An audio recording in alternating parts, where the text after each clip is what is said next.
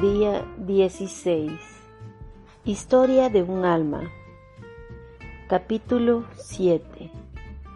Estaremos compartiendo los primeros temas, de los cuales consisten en confesión con el Padre Pichón, Teresa y sus superioras, la Santa Faz y toma de hábito. Capítulo 7. Primeros años en el Carmelo, 1888-1890. El lunes 9 de abril, día en el que el Carmelo celebraba la fiesta de la Anunciación, trasladada a causa de la Cuaresma, fue el día elegido para mi entrada. La víspera, toda la familia se reunió en torno a la mesa a la que yo iba a sentarme por última vez. ¡Ay, qué desgarradoras son estas reuniones íntimas! Cuando una quisiera pasar inadvertida, te prodigan las caricias y las palabras más tiernas y te hacen más duro el sacrificio de la separación. Mi rey querido apenas hablaba, pero su mirada se posaba en mí con amor. Mi tía lloraba de vez en cuando, y mi tío me dispensaba 1000 atenciones de cariño. También Juana y María me colmaban de delicadezas, sobre todo María, que, llevándome aparte, me pidió perdón por todo lo que creía haberme hecho sufrir. Y finalmente mi querida Leonia, que había vuelto de la visitación hacía algunos meses, me colmaba como nadie de besos y caricias. Solo de Celina no he dicho nada, pero ya puedes imaginarte, madre querida, cómo transcurrió la última noche en que dormimos juntas. En la mañana del gran día, tras echar una última mirada a los buissonets, nido cálido de mi niñez, que ya no volvería a ver, partí del brazo de mi querido rey para subir a la montaña del Carmelo. Al igual que la víspera, toda la familia se reunió para escuchar la Santa Misa y recibir la comunión. En cuanto Jesús bajó al corazón de mis parientes queridos, ya no escuché a mi alrededor más que sollozos. Yo fui la única que no lloró, pero sentí latir mi corazón con tanta fuerza que, cuando vinieron a decirnos que nos acercáramos a la puerta claustral, me parecía imposible dar un solo paso. Me acerqué, sin embargo, pero preguntándome si no iría a morirme, a causa de los fuertes latidos de mi corazón. ¡Ah! ¡Qué momento aquel!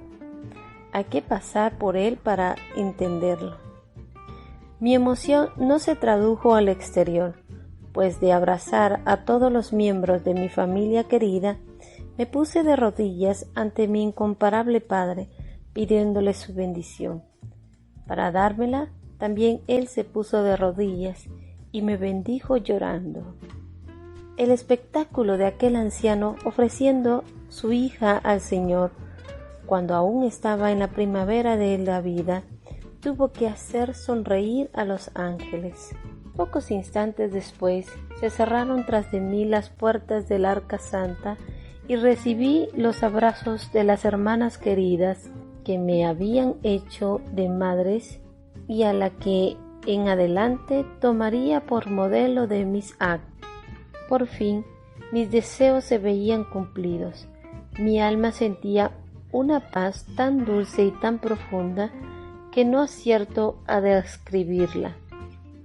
Y desde hace 7 años y medio esta paz íntima me ha acompañado siempre y no me ha abandonado ni siquiera en medio de las mayores tribulaciones.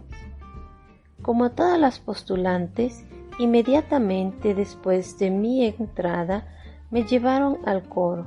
Estaba en penumbra porque estaba expuesto el Santísimo, y lo primero que atrajo mi mirada fueron los ojos de nuestra Santa Madre Genoveva, que se clavaron en mí.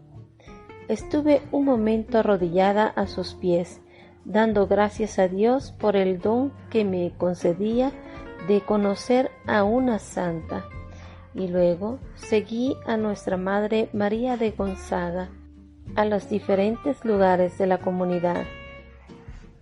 Todo me parecía maravilloso. Me creía transportada a un desierto. Nuestra celdita, sobre todo, me encantaba. Pero la alegría que sentía era una alegría serena. Ni el más ligero céfiro hacía ondular las tranquilas aguas sobre las que navegaba mi barquilla. Ni una sola nube oscurecía mi cielo azul. Sí, me sentía plenamente compensada de todas mis pruebas. Con qué alegría tan honda repetía estas palabras: estoy aquí, para siempre, para siempre. Aquella dicha no era efímera, no se desvanecía con las ilusiones de los primeros días. Las ilusiones. Dios me concedió la gracia de no llevar ninguna al entrar en el Carmelo. Encontré la vida religiosa tal como me la había imaginado. Ningún sacrificio me extrañó. Y sin embargo, tú sabes bien, madre querida, que mis primeros pasos se encontraron más espinas que rosas. Sí, el sufrimiento me tendió los brazos y yo me arrojé en ellos con amor. A los pies de Jesús, hostia, en el interrogatorio que precedió a mi profesión, declaré lo que venía a hacer en el Carmelo. He venido para salvar almas y sobre todo para orar por los sacerdotes. Cuando se quiere alcanzar una meta, hay que poner los medios para ello. Jesús me hizo comprender que las almas quería dármelas por medio de la cruz, y mi anhelo de sufrir creció a medida que aumentaba el sufrimiento. Durante 5 años, este fue mi camino, pero al exterior nada revelaba mi sufrimiento, tanto más doloroso cuanto que solo yo lo conocía. ¿Qué sorpresas nos llevaremos al final del mundo cuando leamos la historia de las almas? ¿Y cuántas personas se quedarán asombradas al conocer el camino por el que fue conducida a la mía? Confesión con el Padre Pichón. Esto es tan verdad que 2 meses después de mi entrada, cuando vino el Padre Pichón para la profesión de Sor María del Sagrado Corazón, se quedó sorprendido al ver lo que Dios estaba obrando en mi alma, y me dijo que la víspera, al verme hacer oración en el coro, mi fervor le pareció totalmente infantil y muy dulce en mi camino. Mi entrevista con el Padre fue para mí un consuelo muy grande, aunque velado por las lágrimas a causa de la dificultad que encontré para abrirle mi alma. Hice, no obstante, una confesión general, como nunca la había hecho. Al terminar, el Padre me dijo estas palabras, las más consoladoras que jamás hayan resonado en los oídos de mi alma. En presencia de Dios, de la Santísima Virgen y de todos los santos, declaro que nunca has cometido ni un solo pecado mortal. Y luego añadió, da gracias a Dios por todo lo que hace por ti, pues si te abandonase, en vez de ser un pequeño ángel, serías un pequeño demonio. No me costó nada creerlo. Sabía lo difícil e imperfecta que era, pero la gratitud embargaba mi alma. Tenía tanto miedo de haber empañado la vestidura de mi bautismo que una garantía como aquella salía de la boca de un director espiritual como los quería nuestra Madre Santa Teresa. Es decir, que uniesen la ciencia y la virtud. Me parecía como salida de la misma boca de Jesús. El Padre me dijo también estas palabras que se me grabaron dulcemente en el corazón. hija mía, que nuestro Señor sea siempre tu superior y tu maestra de novicias. Teresa y sus superiores. De hecho, lo fue, y también mi director espiritual. No quiero decir con esto que mi alma estuviese cerrada a cal y canto para mis superioras. No, más bien siempre he procurado que fuese para ellas un libro abierto. Pero nuestra madre estaba enferma con frecuencia y tenía poco tiempo para ocuparse de mí. Sé que me quería mucho y que hablaba muy bien de mí. Sin embargo, Dios permitió que, sin darse cuenta, fuese muy dura. No podía cruzarme con ella sin tener que besar el suelo. Y lo mismo ocurría en las escasas conferencias espirituales que tenía con ella. ¡Qué gracia inestimable! Cómo actuaba Dios visiblemente a través de la que estaba en su lugar. ¿Qué habría sido de mí si, como pensaba la gente del mundo, hubiese sido el juguete de la comunidad? Quizás en lugar de ver a nuestro Señor en mis superioras, no me hubiera fijado más que en las personas, y entonces mi corazón, que había estado tan protegido en el mundo, se habría atado humanamente en el claustro. Gracias a Dios, no caí en esa trampa. Cierto, que yo quería mucho a nuestra madre, pero con un afecto puro que me elevaba hacia el esposo de mi alma. Nuestra maestra de novicias era una verdadera santa, el tipo acabado de las primitivas carmelitas. Yo pasaba todo el día a su lado, pues era la que me enseñaba a trabajar. Su bondad para conmigo no tenía límites, y sin embargo, mi alma no lograba expansionarse con ella. Me suponía un gran esfuerzo hacer con ella la conferencia espiritual. Como no estaba acostumbrada a hablar de mi alma, no sabía cómo expresar lo que sucedía en mi interior. Una madre ya mayor intuyó un día lo que me pasaba y me dijo, sonriendo, en la recreación: «Hijita, me parece que tú no debes de tener gran cosa que decir a las superioras». «¿Por qué dice eso, madre?» «Porque tu alma es extremadamente sencilla, y cuando seas perfecta, serás más sencilla todavía, pues cuanto uno más se acerca a Dios, más se simplifica». Aquella anciana madre tenía razón. No obstante, la dificultad que yo tenía para abrir mi alma, aun cuando proviniese de mi sencillez, era un auténtico problema. Era un auténtico problema para mí. Lo reconozco hoy que, sin dejar de ser sencilla, expreso con gran facilidad lo que pienso. He dicho que Jesús había sido mi director espiritual. Cuando entré en el Carmelo, conocí al que podía haberlo sido, pero apenas me había admitido entre el número de sus hijas, tuvo que partir para el exilio. Así que solo lo conocí para perderle enseguida. Reducida a no recibir de él más que una carta al año por 12 que yo le escribía, pronto mi corazón se volvió hacia el director de los directores, y él fue quien me instruyó en esa ciencia escondida a los sabios y a los prudentes, que él quiere revelar a los más pequeños. La Santa Faz. La florecita trasplantada a la montaña del Carmelo tenía que abrirse a la sombra de la cruz. Las lágrimas y la sangre de Jesús fueron su rocío, y su faz adorable, velada por el llanto, fue su sol. Hasta entonces todavía no había yo sondeado la profundidad de los tesoros escondidos en la Santa Faz. Fuiste tú, madre querida, quien me enseñó a conocerlos, lo mismo que hacía años nos habías precedido a los demás en el Carmelo. Así también fuiste tú la primera en penetrar los misterios de amor ocultos en el rostro de nuestro esposo. Entonces tú me llamaste y comprendí. Comprendí en qué consistía la verdadera gloria.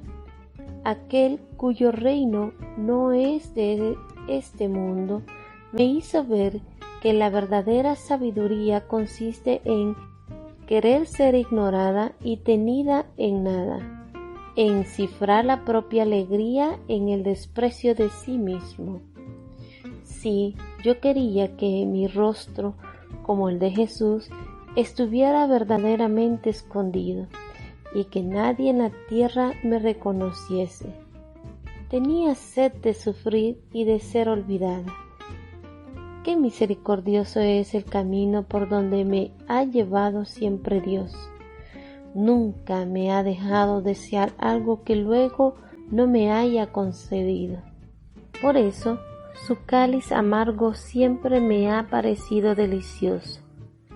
Pasadas las fiestas radiantes del mes de mayo, las fiestas de la profesión y de la toma de velo de nuestra querida María, la mayor de la familia, a quien la más pequeña tuvo la dicha de coronar el día de sus bodas, tenía que visitarnos la tribulación. Ya el año anterior, en el mes de mayo, papá había sufrido un ataque de parálisis en las piernas y la cosa nos preocupó mucho. Pero la fuerte constitución de mi querido rey hizo que se recuperara pronto y nuestros temores desaparecieron. Sin embargo, durante el viaje a Roma, notamos más de una vez que se cansaba fácilmente y que no estaba tan alegre como de costumbre. Lo que yo observé, sobre todo, fueron los progresos que papá hacía en la perfección. A ejemplo de San Francisco de Sales, había llegado a dominar su impulsividad natural hasta tal punto que parecía tener el temperamento más dulce del mundo. Las cosas de la tierra apenas parecían rozarle y se sobreponía fácilmente a las contrariedades de la vida. En una palabra, Dios le inundaba de consuelos.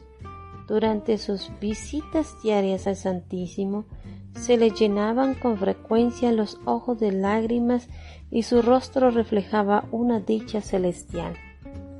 Cuando Leonia salía de la visitación, no se disgustó ni se quejó a Dios porque no hubiera escuchado las oraciones que le había dirigido para obtener la vocación de su querida hija. Hasta fue a buscarla con cierta alegría. Y he aquí con qué fe aceptó papá la separación de su reinecita. Se la anunció en estos términos a sus amigos de Alençon: queridísimos amigos, Teresa, mi reinecita, entró ayer en el Carmelo. Solo Dios puede exigir tal sacrificio. No me tengáis lástima, pues mi corazón rebosa de alegría.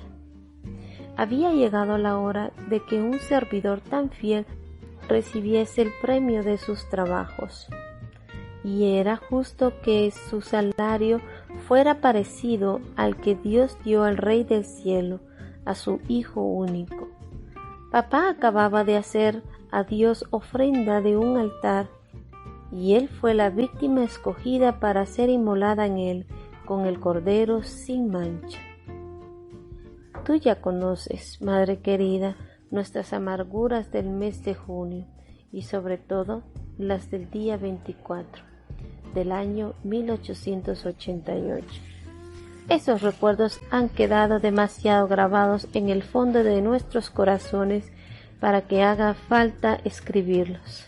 Cuánto sufrimos, Madre querida, y aquello no era más que el principio de nuestra tribulación.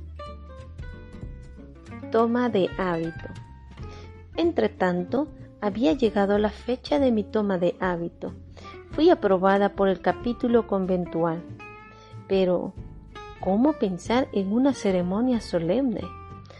Ya se hablaba de darme el santo hábito sin hacerme salir de la clausura, cuando se optó por esperar. Contra toda esperanza, nuestro padre querido se repuso de su segundo ataque y Monseñor fijó la ceremonia para el día 10 de enero. La espera había sido larga, pero también qué hermosa fue la fiesta. No faltó nada, ni siquiera la nieve. No sé si te había hablado ya de mi amor a la nieve. Cuando aún era muy pequeña, me fascinaba su blancura. Uno de mis mayores deleites era pasearme bajo los copos de nieve. ¿De dónde me venía esta afición a la nieve?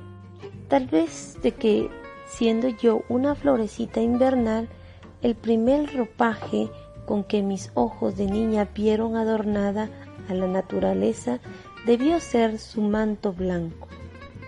Lo cierto es que siempre había deseado que, en el día de mi toma de hábito, la naturaleza estuviese vestida de blanco como yo. La víspera de ese hermoso día, yo miraba tristemente el cielo plomizo, del que de vez en cuando se desprendía una lluvia fina, pero la temperatura era tan suave que ya no esperaba que nevase. A la mañana siguiente, el cielo no había cambiado. Sin embargo, la fiesta resultó maravillosa, y la flor más bella, la más preciosa de todas, fue mi rey querido. Nunca había estado tan guapo y tan digno. Fue la admiración de todo el mundo. Aquel día fue su triunfo, su última fiesta aquí en la tierra. Había entregado todas sus hijas a Dios, pues cuando Celina le confió su vocación, él había llorado de alegría y había ido a dar gracias a quien le hacía el honor de tomar para sí a todas sus hijas. Al final de la ceremonia, Monseñor entonó el Te Deum. Un sacerdote trató de advertirle que aquel cántico solo se cantaba en las profesiones, pero ya estaba entonado, y el himno de acción de gracias se cantó hasta el final. No debía ser completa aquella fiesta si en ella se resumían todas las demás. Después de abrazar por última vez a mi rey querido, volví a entrar a la clausura. Lo primero que vi en el claustro fue a mi niño Jesús color rosa, sonriéndome en medio de las flores y de luces. Inmediatamente después mi mirada se posó sobre los copos de nieve. El patio estaba blanco como yo. ¡Qué delicadeza la de Jesús! En atención a los deseos de su prometida, le regalaba nieve. ¡Nieve! ¡Qué mortal, por poderoso que sea, puede hacer caer nieve del cielo para hechizar a su amada? Tal vez la gente del mundo se hizo esta pregunta.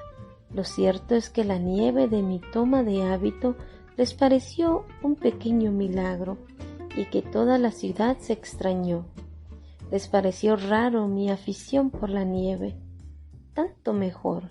Eso hizo resaltar aún más la incomprensible condescendencia del esposo de las vírgenes, de ese Dios que siente un cariño especial por los lirios blancos como la nieve. Monseñor entró en clausura después de la ceremonia y estuvo conmigo muy paternal. Creo que estaba orgulloso de que lo hubiera conseguido y decía a todo el mundo que yo era su hijita. Siempre que su excelencia volvía a visitarnos después de aquella hermosa fiesta, se demostró muy bueno conmigo. Me acuerdo muy especialmente de su visita una ocasión del centenario de nuestro Padre San Juan de la Cruz. Me tomó la cabeza entre sus manos y me acarició de mil maneras. Nunca me había visto tan honrada. En aquel momento, Dios me hizo pensar en las caricias que un día Él me prodigará delante de los ángeles y los santos, de las que me daba ya en este mundo una tenue imagen. Por eso fue muy gran el consuelo que sentí.